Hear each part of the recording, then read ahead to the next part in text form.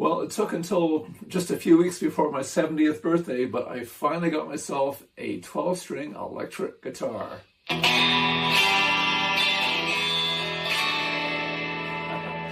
These first caught my ear way, way back. It was the opening line to Mr. Tambourine Man by the Byrds. Let's try it properly.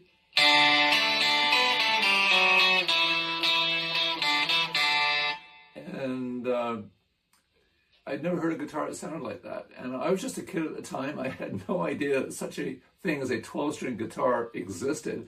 I figured it was something Roger McGuinn was doing with his technique. Because basically, the sound you'll get out of a guitar does vary depending on where you strum the guitar. So if you're around here, you get a reasonably warm sound. But if you come down here, it starts to get brighter. So the closer you get to the bridge, the brighter the sound gets. And I figured he was playing like just right up against the bridge and had all the treble turned up on his amp or something. But like for years, no matter what I did, I couldn't replicate the sound that he got. And then one day I finally realized, oh, it's a 12-string guitar. That'll do it to you. And then, of course, along the way, I was captivated by the opening section of the song "Remains the Same" by Led Zeppelin. I just loved those chimey chords that Jimmy got off his famous double neck guitar. So when it came time to record Bridge Across the Years, I had always imagined the whole song for I Draw the Line being on a 12-string to get that chimey sound. And by the way, what you're hearing, I don't know what it's going to sound like over a phone, this is just straight into an amp, no pedals, no distortion, it's just speaking volume, and it's still exactly the sound I was looking for. So it was awesome. Unfortunately, I did not own a 12-string at the time, so I put up a post on Facebook asking, does anyone have one they can lend me? And thankfully, one person did. Thank you, Rod Nolan.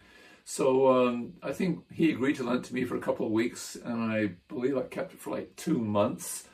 And after I gave it back, a few weeks later, I said, can I borrow it again? And I kept it for, I think, another 2 months because I just really enjoyed the sound of it. And I started thinking, well, you know what? On Another Day in the Modern World, which was originally going to be a 12-string acoustic, I thought it'd be cool to try it on this.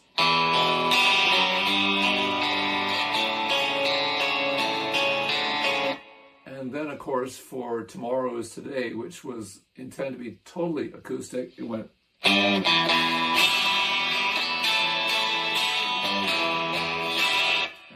used his guitar again on that one. So as I was prepping for album number 2, once again, there were 2 songs that were written on a 12-string acoustic where I thought, that's going to sound really nice on a 12-string electric.